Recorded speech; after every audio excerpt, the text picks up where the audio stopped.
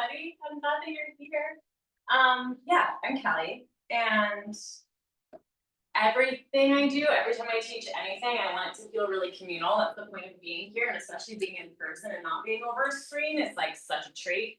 So get comfortable, whatever that, like if you want to sit on the floor, if you want to, take your shoes off, feel free. Yeah, exactly.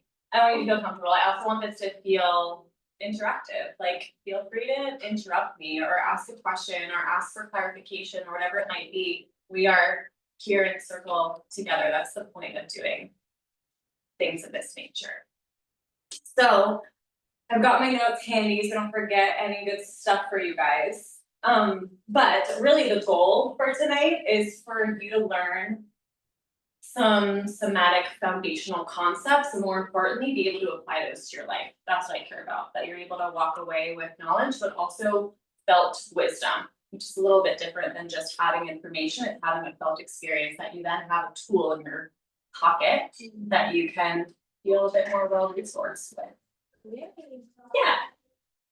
So yes, I'm Kelley. I'm a somatic behavioral therapist. The behavioral piece, my background is in behavior. My master's is in behavior analysis specifically. So I bridge somatic work, which we'll talk more about, obviously what that is, and behavior. So it's really about mind and body. It's about head and heart. It's about feeling and doing, being and creating. And so I want you to feel like you've got both of those things tonight, that you can walk away again with the felt piece, but then also the behavioral piece. How do I walk away and put this into action and really feel the tangible benefits of it? So let's start out. It wouldn't be a somatic workshop without a little bit of grounding. So again, grounding doesn't have to mean sitting in like some meditative, really poised shape. You can sit whatever way feels comfortable for you. We're just going to ground a little bit to start. So once you get comfy, once you feel settled, let your hands fall on your lap, palms down or palms up, and then just let your eyes close.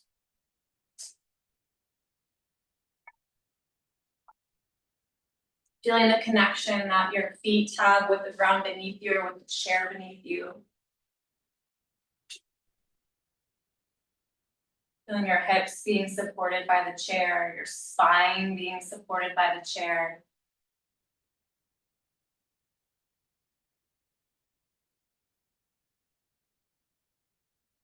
Letting yourself slow down a bit here and really arrive.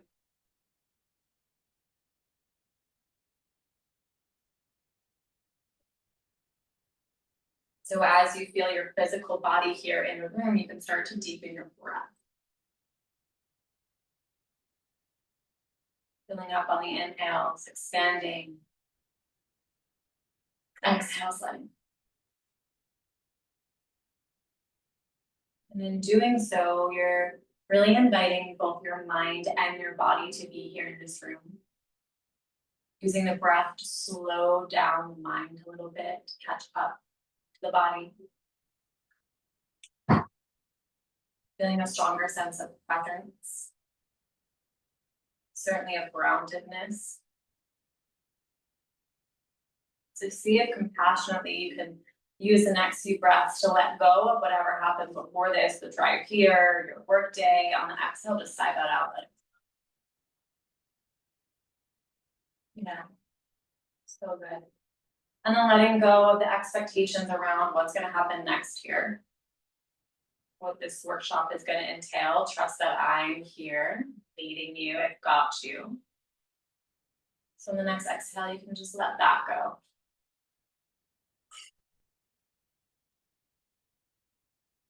Giving yourself a bit more groundedness, a bit more spaciousness to really, again, arrive here, be here now.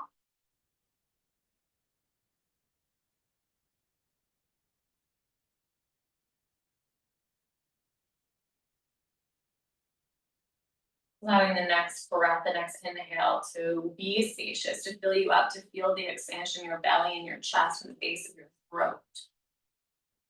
On the exhale, open mouth, let it go. So good. And then with your eyes still closed, you can bring a little movement into the body. You can rub the palms of your hands onto your lap, on your shoulders or your neck around, transitioning from stillness slowly, gently back into the room. And just with a gentle gaze downward, you can blink your eyes open and let yourself orient to space. You can notice the colors on the ground, the texture of your clothes. Eventually coming back to our group, back to our communal sweet space. We feel a little bit more settled, a little bit more here together. Okay, good, I do too.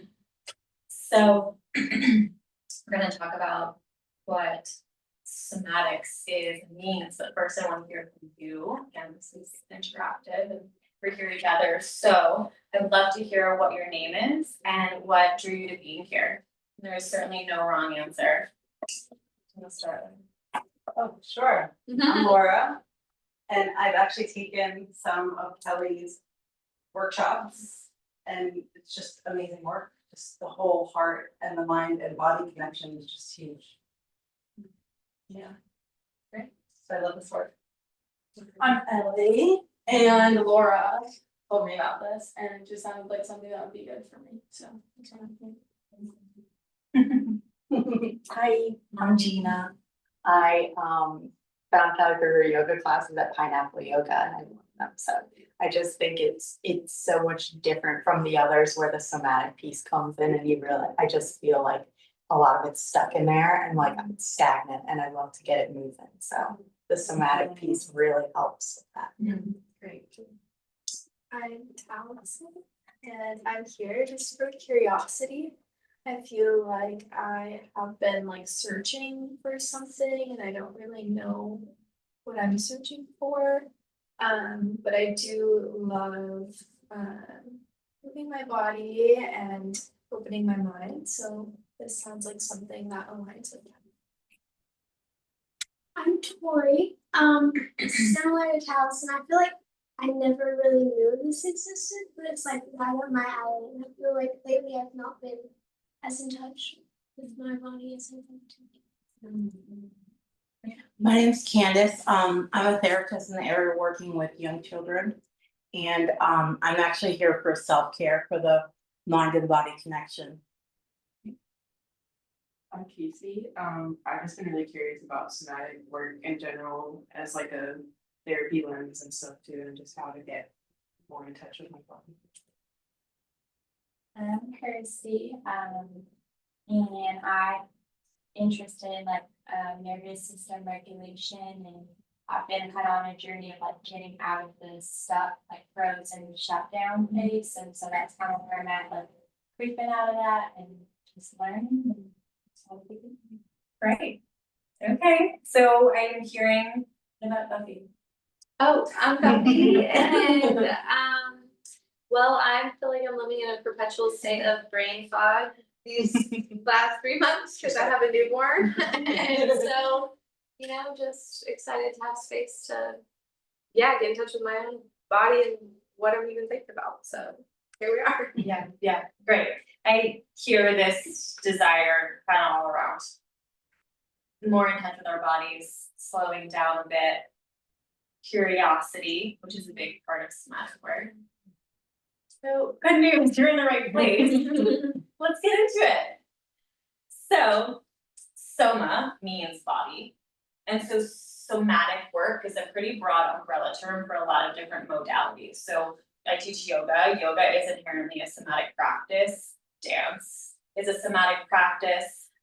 When we use our bodies, there's a somatic element to it.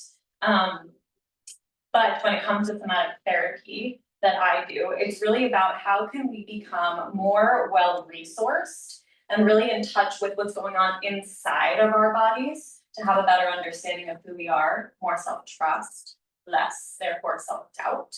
And so while other practices might be about the physical nature of the body, right, we were talking about working out, somatic therapy in this sense is really about what's happening internally and what's your relationship to it. And so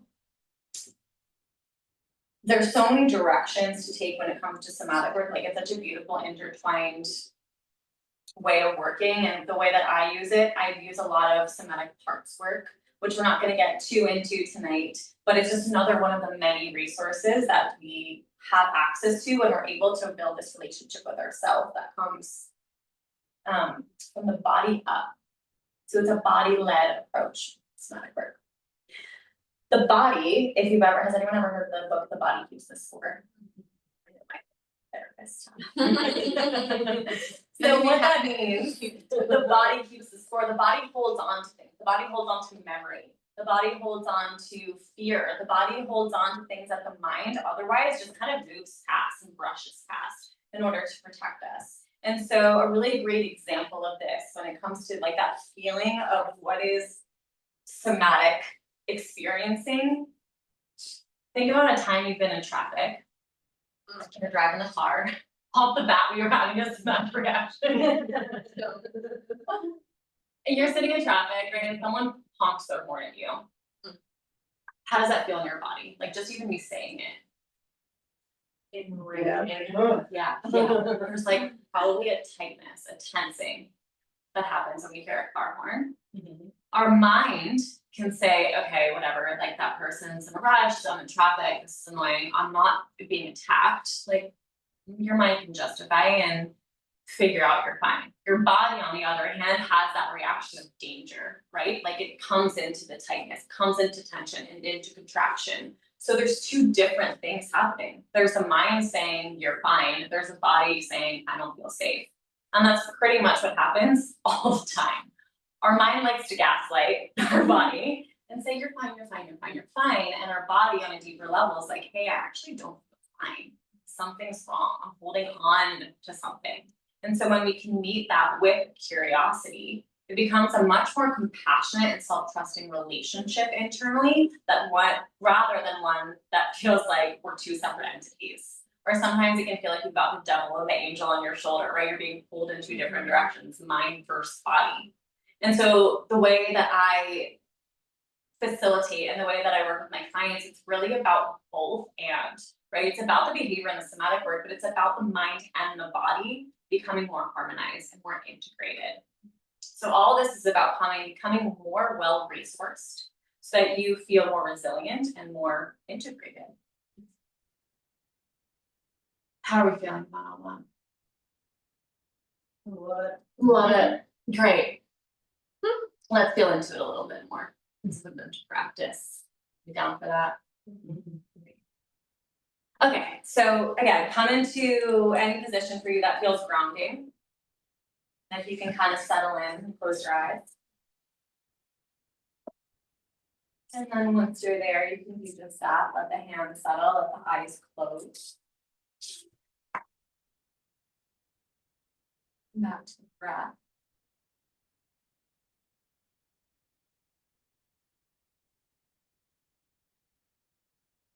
And I want you to start to drop your attention down into the lower half of your body, into your legs, your hips, belly.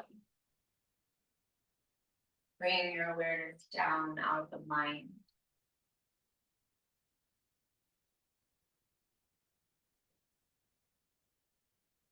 And as you're here, just start to notice any sensations that are asking for attention. Maybe it's a wiggle in the belly, or a tightness in the chest. Maybe it's a buzzing feeling through the arms. Just noticing what you notice for a few breaths here.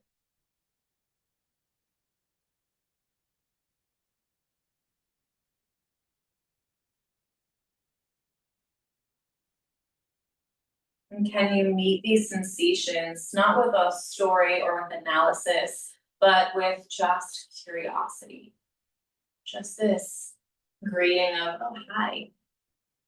I hear you, feel you. And sending some breath that way.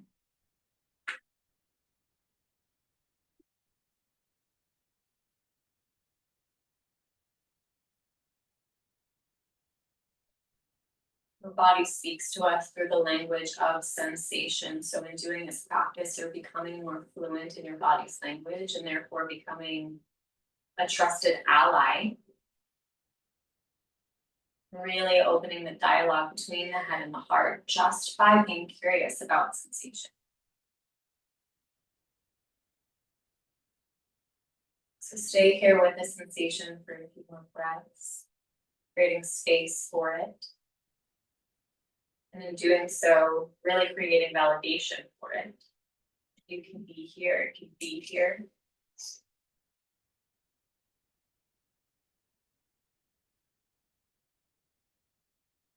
One more big breath. Open mouth up and go. Stay here for a beat, stay here with the eyes closed with this connection internally.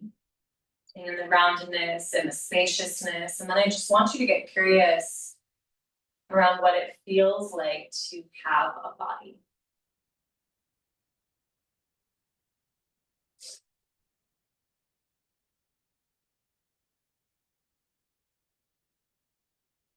Stay with that question and see what bubbles up for you.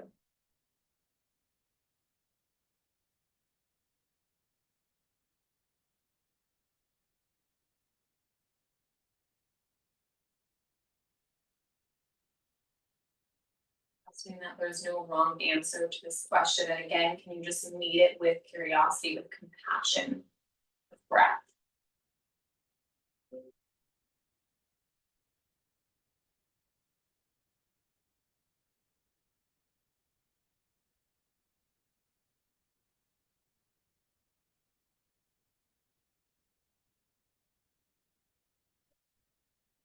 Taking a big breath here. Spacious, full, expansive breath. Open mouth up. Gently bringing movement back into the body. Reorienting. Then keep your eyes open, coming back to the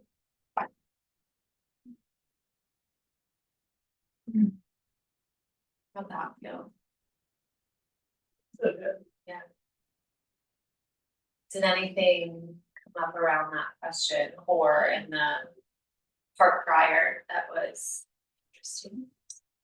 I'll say like, so my husband always says, you know, we are more spirit than body, right? Like we are spiritual beings, but we like have a body type of deal. And so like when that question comes up of what does it feel like to have a body, it was me kind of thinking through like welcoming your spirit in somewhere, right? Like making it homey, making it welcoming and inviting. And obviously like me being postpartum, I'm like, I'm ready to feel strong again. I'm ready to feel like I can fit in my pants again. And there's like little things like that, but it, you know, just that idea of like the body is not, it's not like an aesthetic thing. It is an aesthetic thing because that's what we see. But it's more about like, what does your spirit feel like when it's welcomed in, kind of deal. Like when you invite friends to your home, you know, like your friends don't really care about the aesthetics. They care about like the environment of like how it feels. Yes. And so just that idea of welcoming and creating a space that feels welcoming and hospitable for your spirit, you know. Yeah. Yeah, I love that. Welcoming is a great word to use because what tends to happen is we do the opposite. Right. Yeah. And we exile these parts of us and we're like, no, absolutely not. Fear, no thanks, I don't want to feel that. Judgment, all these different parts of us that we really don't want to feel, we don't welcome them, we do the opposite. We're like, let me push that down. But if we can create the time and really the space, like feeling that spaciousness in your body does do a lot for the sensation or for the feeling of being welcome, right? If something feels too crowded, and this is what happens when we live in our minds, called the mind spiral, which I've been in heavily lately. When we've got a lot of shit on our plate, we've got a big to-do list. It's like a tornado. And so when we're living there doesn't feel like there's room. But when we can drop down, it's like, oh, we have space to welcome in, the parts of me. Right. and take care of them. Yeah. What else came up? Similar to what she was saying, I feel like there's this like compassion piece that we all at some point have to kind of like embrace for ourselves. You know, we're all Ideally. so good at giving it out. But kind of like you were saying too, you know, just like embracing all the parts of us. And just really learning how to be gentle to our bodies and within our bodies. Yeah. Did anyone notice throughout any of that practice, any judgment, any inner critic come up around anything? Why can't you focus, or why are you distracted? Sometimes it being in the mind spiral, the inner critic can be fierce, the judgment can be fierce. And so this is a big, I mean, all of this really comes down to curious compassion. And that's where the validation piece comes in too. It's not like, why is this here again? And let me suppress this and let me put this away. And why am I like this? And I hate this about me, yada yada. And instead it's like, huh, what are you doing here? Okay, I see you. I hear you. What you got? What you want to say? What do you want to tell me? Like you would bringing guests into your home. Instead of like, why are you here? Oh, you wanted to come on by and knock on the door? What's going on? Obviously, it's for a reason. Yeah. Anything else? This is what we're here for, so don't be shy. Not rushing to go anywhere else. My mind went somewhere totally different. I think Yeah. when I heard like being in my body, I started like visualizing and feeling like my senses, like walking on a sandy beach or like feeling the wind through my hair. And so like hearing what other people are like sharing, it kind of makes me feel like, oh, like did I totally think of that in the wrong way? Which isn't right, but that's where my mind like goes. Cause like I was totally thinking of all of my senses, like the feeling of something on my skin or seeing something for the first time. Yeah. And how did that feel? That sensational experience. It was refreshing. Yeah. So like high judge part of me that's in comparison about other people's experience, actually, that felt really good. So it can't be wrong. Yeah. And the more that we do this, the sneakier our judges and our inner critics have to get because they know we're onto them. So it's like this constant re-meeting and re-meeting these same parts of us, of like the critic, sneaky ways that it comes up, or the part of us that feels really new parts. I would just go down this road parts, but this like really confident queen-like self that we also would contend to suppress, letting her know she's welcome. And it all comes from the spaciousness. And so the practices that we did in the beginning, I mean, grounding is huge. We can't really access our bodies without feeling grounded because it doesn't feel safe. It doesn't feel safe on our nervous system. And so we are so used to and reinforced in our society and in our culture to be in our minds. And, you know, that's how we get things done, right? We live in a very masculine culture, a lot of doing and doing and doing and doing and productivity and doing. And so to just drop down immediately into like, okay, body, what do you think? The body's like, I don't work like that. No, I'm like on Hawaii time. I'm just hanging out at the beach over here. I've got all the space and time in the world. You come meet me. And so to ground, we have to ground to be able to get anywhere when it comes to that communication and that dialogue between our heads and our hearts.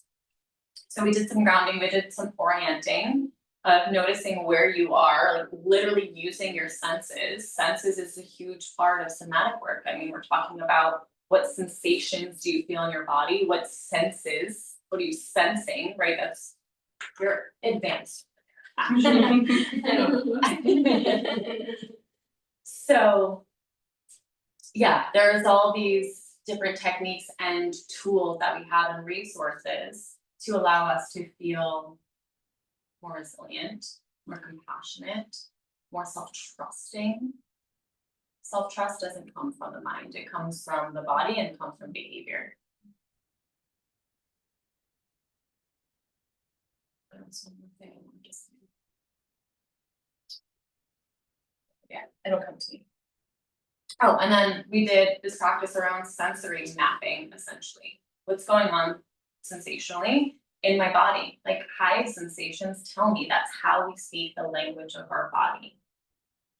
And so to just drop down, to ground down, to feel your feet on the floor, and then to say, okay, hi body, I'm listening. And I do this all the time when I teach yoga. Hi body, I'm listening. Tell me, do I want to take a child's pose right now? Do I want to take like a twist, a supine twist? Do I want to just lay here in stillness? So often we assume because we're not speaking our body's language, because we're not even giving ourselves this space to ground down and open that dialogue. So you've already got all these tools, you've already got grounding, you've got the felt sense of that, which we all pretty much know. But we need that foundation, it's key.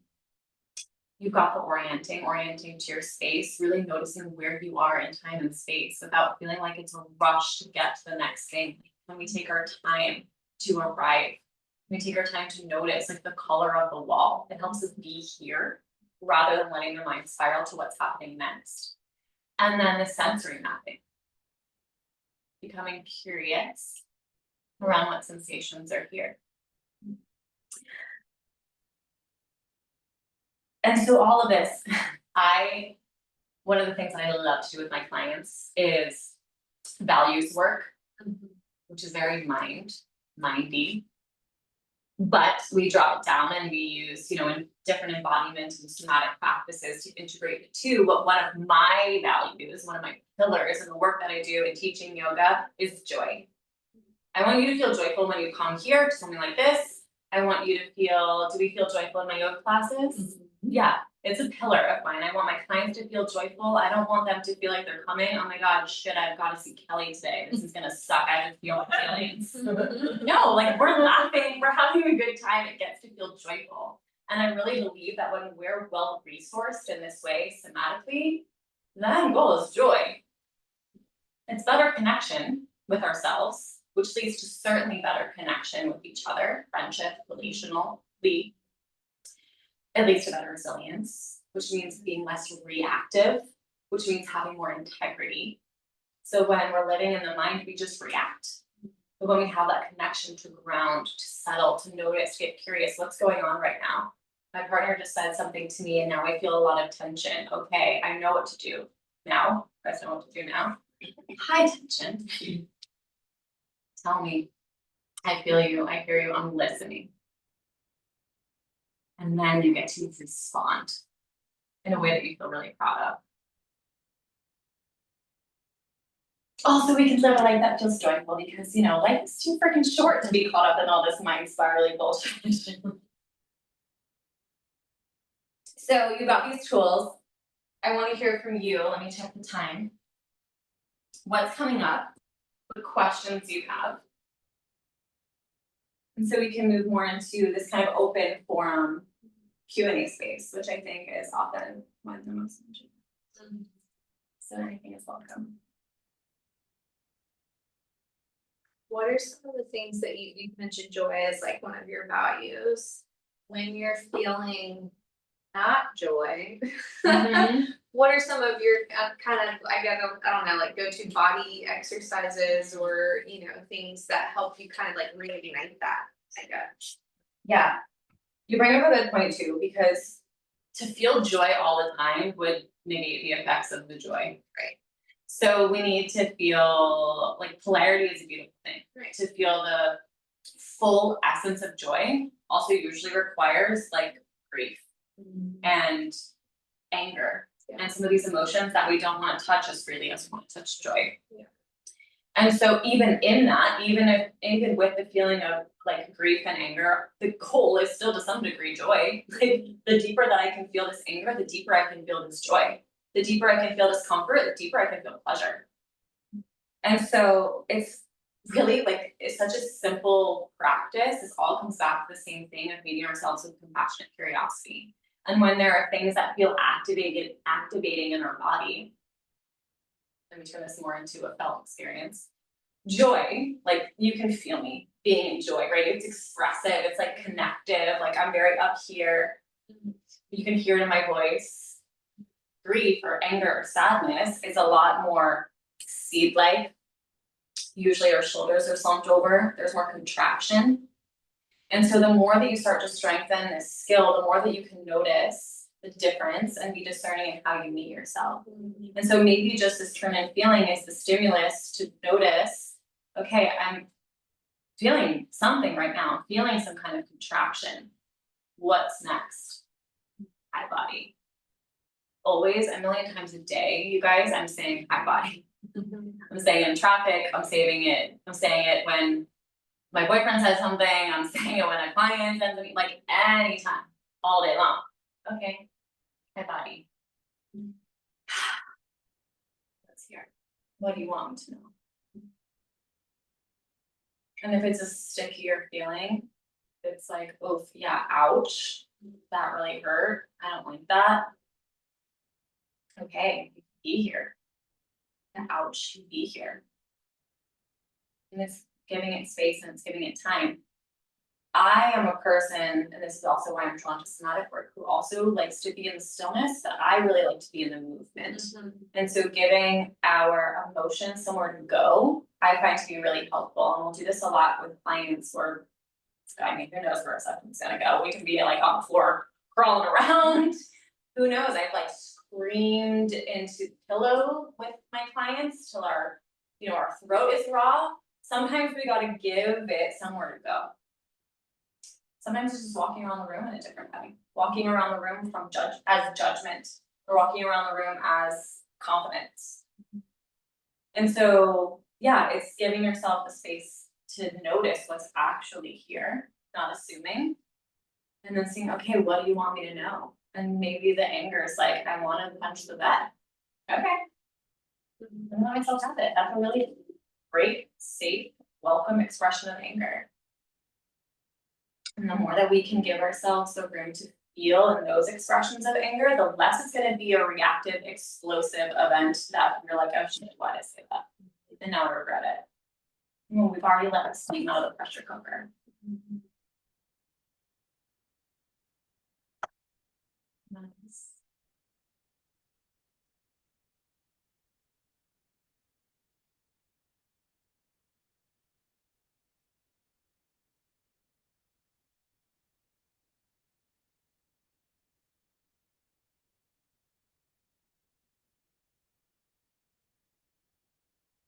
What about, I'm thinking of a client that I have, that has a lot of shame.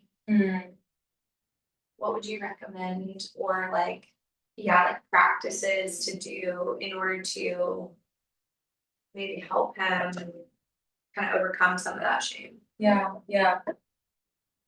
Oh, shame is a good one. Yeah, it's a big one. It's a big one. Yeah. Shame lives in like the dark closet.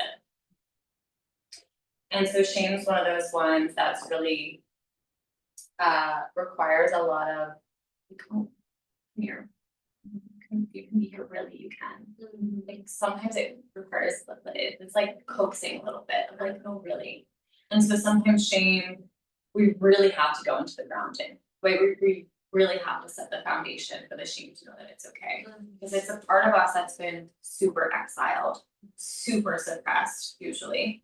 And so to create the foundation, and like you would, when you're inviting someone over to your home, like, okay, I'm gonna make it feel comfortable, like I'm gonna have a blanket out, or like I'm gonna light a candle. Same thing, like, okay, let me set the container. You can be here. You're welcome to be here, Shane. I'm just gonna breathe with you.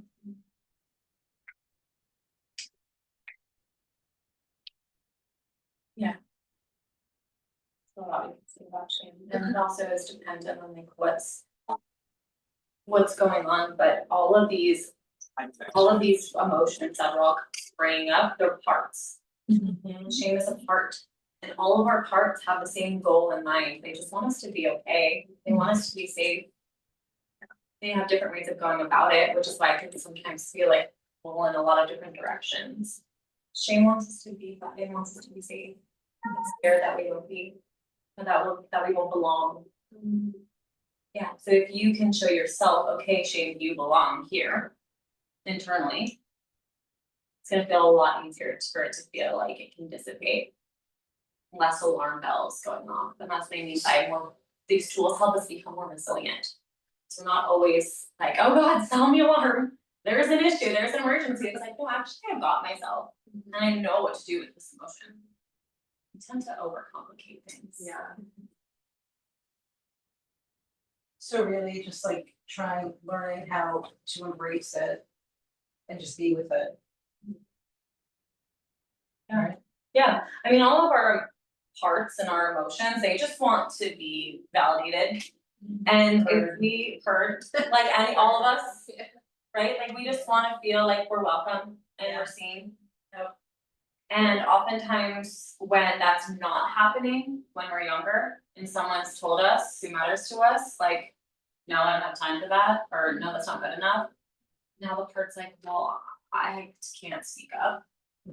So we've got to create the conditions to retrain that and say, actually, you can, and I want to hear. I really want to hear. You tell me. Tell me what's going on. And we start the emotion starts to learn, okay, I am welcome. I'm welcome here, I can be here. And it then becomes integrated, right? So we become less of this fractured person who like acts one way on a date and one way at work and one way when we talk to one friend and another way when we talk to another friend, and it's like, I'm exhausted socially. That's me, guilty. And you come home and you're like, I'm wiped out, I'm tired, that was a lot. But when we meet these parts, they become part of us, they become integrated. Yeah, and we become this capital S self. Where we act from our values, where we act with integrity, where we feel really proud of how we responded to a situation because it wasn't our young, shame-filled self having a tantrum as a 30-something-year-old. It was like, oh, I saw the tantrum, I met it, I let my little self have her moment, and now I can respond from me.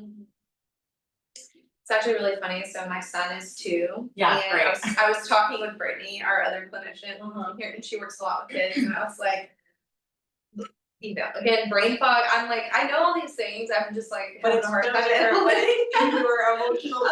Yeah, but like when my toddler has a tantrum, she was just like, yeah, just make sure, cause like for instance, my husband is one to maybe try to like redirect, but not acknowledge what he's feeling, right? And so she's like, yeah, you gotta really make sure that you're labeling what he's experiencing. It's like, I can tell you're maybe a little overtired right now, or I can tell that you are really frustrated that you didn't get to go play on the playground like you wanted to, whatever it is. And it's just like so funny, like the skills and tools that we have to use with our kids and the toddlers and all those things really are what we need to do with ourselves. And literally I was telling my husband when he got home last night, and he was like, oh, so like pretty much all the things I should do with you as like my wife, right? Like exactly, like if I'm feeling anxious and I'm like barking at you, like help me like label, like I think maybe you're a little anxious right now. Like or validation. Yes. Yeah. It's like so funny how like simple, having kids really is like such a blessing because you get to learn and like reintegrate. relearn. Yeah, like so Learn. many of these things. You're like, wow, okay, yeah. So it's just fascinating. If we all talk to So ourselves true. like we would talk to a toddler, Right, exactly. and if we all cared more about what our toddler self Mm-hmm. thought, Yeah, more than we cared about what other people thought, right. Yeah. like just that formula alone will lead to more joy, certainly. Yeah. What else is here? We can get personal. Like, bring the example. I know, I was gonna say, maybe like everyone check in with your body right now, because I feel like whenever we're in these spaces and there's silence, right? Like your body's probably like, I really wanna ask about this thing, or I really wanna, go there, but I'm scared. Yeah, this is something that I bring when I teach yoga a lot too, is especially when we do things in groups, the shame comes up and the comparison comes up a lot, which is also why shame is really healed in group spaces. Right.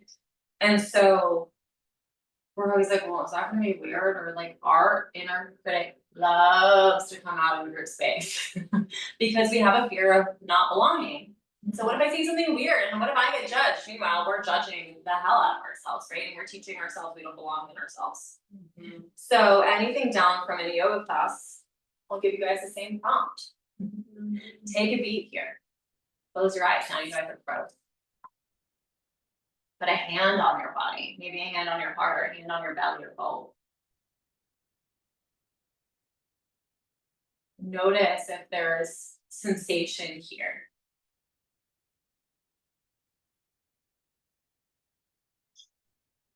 Giving it some room. Again, no judgment. No story writing, it's not necessary. Just hi. I hear you.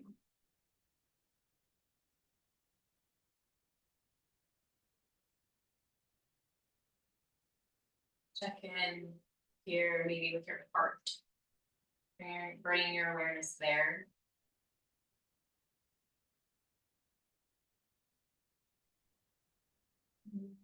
Seeing, feeling, if there's anything on your heart that wants to be brought forward. Knowing that, reassuring it that it's what we're here for. That you're held by these four walls, that you're held by this space, that you're held by me. And so let go of the need of doing something right.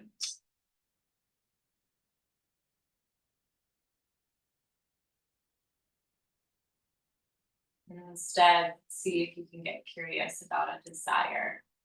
It's bubbling up, asking to come forward. Question or reflection. And you build a trust in yourself that way by giving it somewhere to go, by allowing your behavior to match the desire. And when you're ready, bring it forward.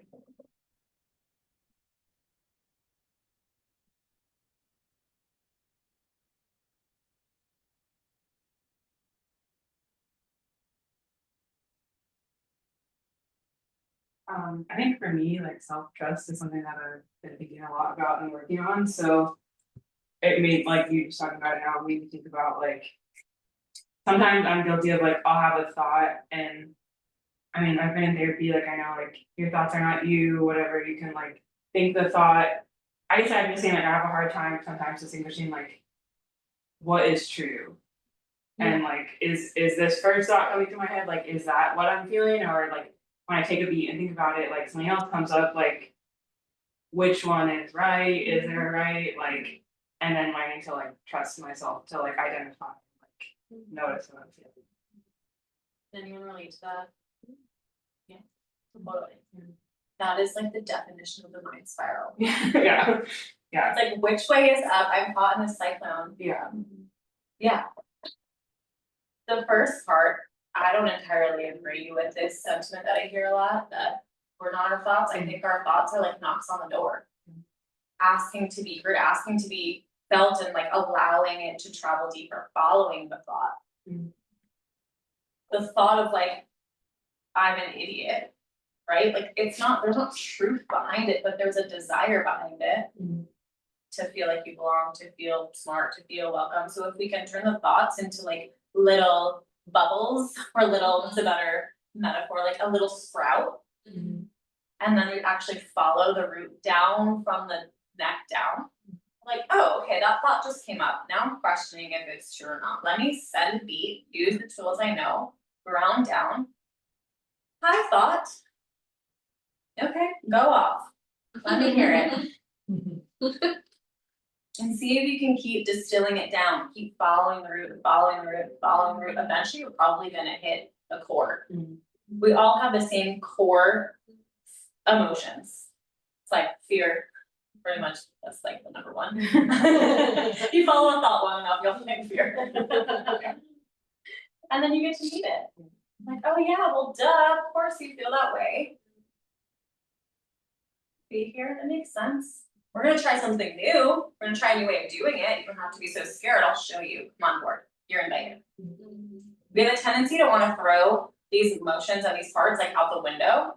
When in reality, they can be on the bus. We just gotta scoot them back a couple spots. let someone else drive the bus. Yeah. Yeah, that's a great question. I hear that a lot. Yeah. It's literally like the picture of the Inside Out movie, you know, like, Yeah. you know, truly, Yeah. it's Like like who's pressing the button? anger, sadness, disgust, shame, like they're all there, they're all part of Riley, right? But yeah, we have to like allow ourselves permission to figure out which one serves us the best, right? In that To- moment, in that moment, yeah. Cause yeah, they're all there, they're all part of you, but some are more helpful, right? Yeah. In certain circumstances than Yeah. others, right? Yeah, that movie is a great depiction of parts work. Yeah. That's what it is. Yeah. And again, all the parts, have you guys seen it? Mhm. Okay. All the parts, they do also have to be okay, Right. right? Mhm. I also think that part of what you're saying, like you're a self-aware person who knows, okay, I've been in therapy for this long, you probably know like your pattern and certain reasons why things happen. But it's all up here. It's Yeah. all happening up here. Yeah. And that is why I love somatic work. I was in therapy, you guys, in the first grade. My parents put me in therapy, like, yeah. And I was having like an OCD stop thing, I don't know. But I was in therapy like all my life. And I had, you know, I had a degree in psychology and I had a degree in behavior and all these like certifications. And I got to this point where I was like, well, why does my relationship with myself suck? Something is, there's obviously more to the story. Yeah. And it's because I was living here and it's everything down here. I had no idea what was going on. I certainly didn't have these tools. I was not meeting myself with compassion or curiosity. I was like, what the hell's wrong with you? Why are you still acting like this? Like, Hey, you're what's so the smart. issue? Yeah. Yeah. So much knowledge about everything, come on. Yeah. And so a lot of my clients, when they come to me, they're super self-aware. They've been in therapy. They know what's going on. But they're like, but there's something else that I feel like I don't really know how to touch. Yeah. Like, sweet spot baby. Yeah. So thanks for bringing that up. Got 4 more minutes before we close out.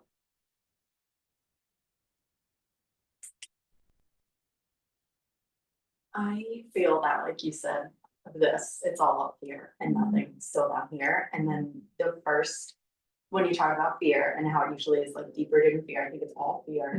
And then, sorry, I get email even just to talk about it. It's all fear. And then it's also the immediate thing of like, why am I like this? So judging myself, but then also, what can I do to fix it immediately? What, I just want to feel better. What can I do to fix it? Yeah. So I haven't even like that, I'm still like stuck there. Yeah. Another self-aware queen. Frustrating, frustrating. Yeah, it's frustrating, especially when you feel like you've done work Yeah, on this and you're like, well, why isn't it fixed? yeah. Somatic work is really about, it's not about fixing, I think. Right. It's about being curious with it and giving it room. And I don't even like the word healing. Like, I don't really use that in any kind of marketing or in my vernacular at all. I think that the work that I do is really just becoming more and more of yourself, your capital S self.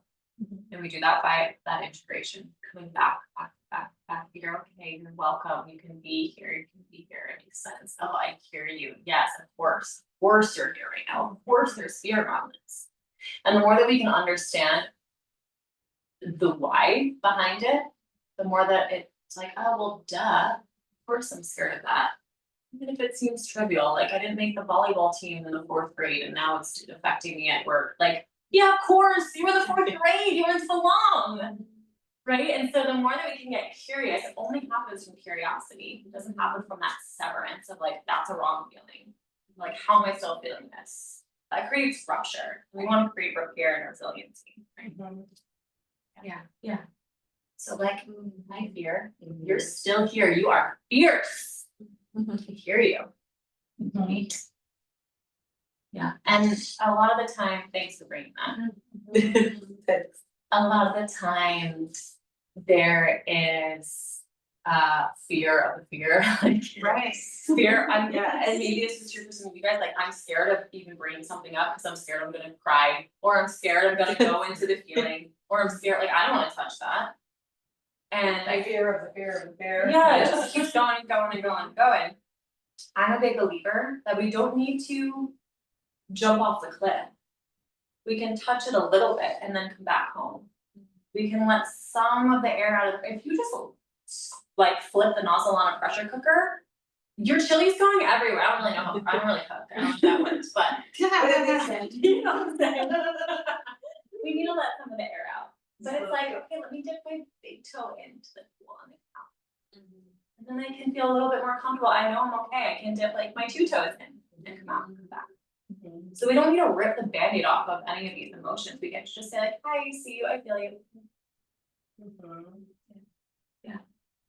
And that's why I end up working with clients for an extended amount of time too, because it gets to feel gentle. And when we're in a rush to fix something, it's like, okay, by this end date, you'll be fixed, you'll be healed. So, yeah. Like, first of all, pressure on me, I don't want pressure, right? It's pressure on them. No, this gets to be an ever evolving, deepening. Yeah. And more self. Okay. Well, let's do one little practice to close out. Sound good? Get comfy. Notice how I've done this a few times now. You just know, you know what you need already. You know how to get grounded. So giving yourself a little bit of acknowledgement of that, but the repetition has helped. And once you arrive here in this shape, start to deepen the breath.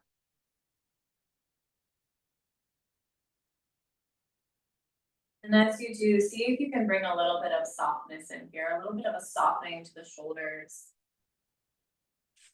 to the eyes. Letting the hips soften into the chair.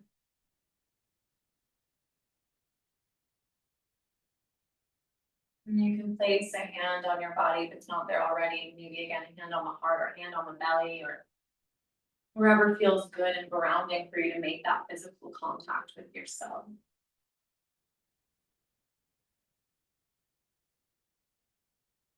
And notice here now in this moment, what might feel different internally than when you first sat down. Meeting that with curiosity.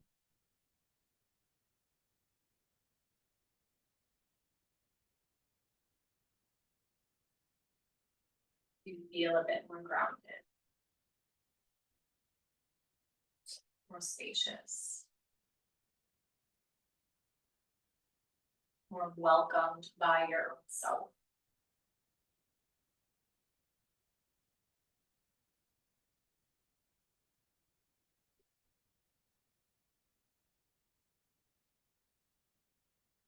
We'll close here with a bit of gratitude. I want you to inhale and take a big gratitude, breath of gratitude for yourself. Capital S, self, that you've gotten curious about. And the next inhale, filling up with gratitude for your mind. The mind is an amazing, wonderful part of us. Let that go. The next inhale, fill up with gratitude for your body. Gratitude, gratitude, gratitude. Exhale, let go.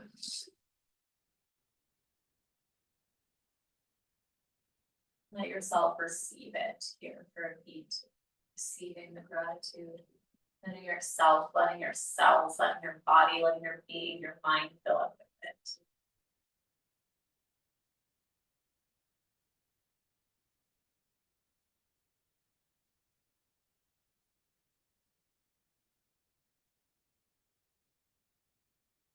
One last big old breath all together. Expanding. And letting go. So you can bring some movement back. You can be rubbing your hands along your body, your shoulders can circle, your hips can move, and again, reorienting to the space, flicking your eyes open, gently transitioning from your internal landscape to your external. Thank you, guys for being here. Thank you. Yeah. My pleasure. I am Kelley. And this is my passion, this is what I was picked on this earth to do. And so if you're curious, if it's just gonna scratch the surface for you and you're wanting more, book a call with me. And chat it out, and maybe there's things that feel better to share one-on-one, great, I want to hear all about it. I have just a couple spots open to work together one-on-one for the summer and beyond. A call and chat it out, we'll send a recap email, and the link will be in there. But I appreciate you being here. Yeah. Thanks so Thank much. you.